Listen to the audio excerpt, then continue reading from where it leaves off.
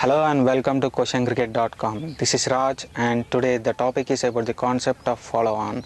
Let's learn what exactly is the follow-on and what are its conditions and when the concept of follow-on comes into the party.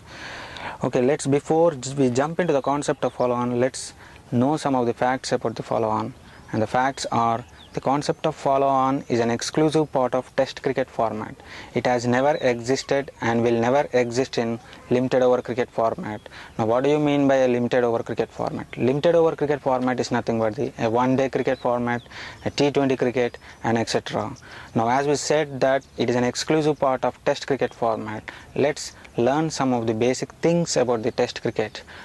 In general, we do have different types of Test cricket formats. And what are those formats? And the formats are a 5-day Test cricket format, a 4-day, 3-day, 2-day, and a 1-day Test cricket format. Now, depending upon the different types of Test cricket formats, we do have different rules on follow-on. And what are those rules? Now, if it is a 5-day Test cricket format, the word 200 runs will play its major role. And similarly, if it is a 4 or a 3-day Test cricket format, the word 150 runs will play its major role. And similarly, if it is a 2-day Test cricket format, the word 100 runs will play its major role. And similarly and finally, if it is a 1-day Test cricket format, the word 75 runs will play its major role. In general, the 4-day, 3-day, 2-day and 1-day Test cricket formats can be seen in domestic cricket tournaments.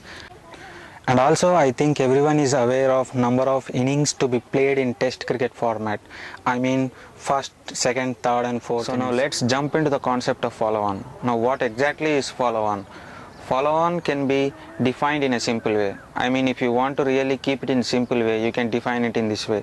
The meaning of follow-on will lie in the word, the follow-on itself. I mean, if one of the team gets the power of follow-on, they simply force the other team to bat again after finishing their second innings. In fact, they just force the follow-on. Therefore, you can define the follow-on in this way. Follow-on is a power or a force which can make the other team to bat again after finishing their second innings. In fact, you can say just forcing the follow-on by the other team. Now, let's try to elaborate the concept of follow-on little bit in technical way. I mean, let's understand its conditions and when the concept of follow-on will come into the party. Now, let's assume that there are two teams, Team A and Team B. Now, let's say Team A bats in first innings, Team B bats in second innings. Again, the Team A bats in third innings and Team B in fourth innings. Now, let's assume that Team A has scored 450 runs in first innings, Team B has scored 180 runs in second innings.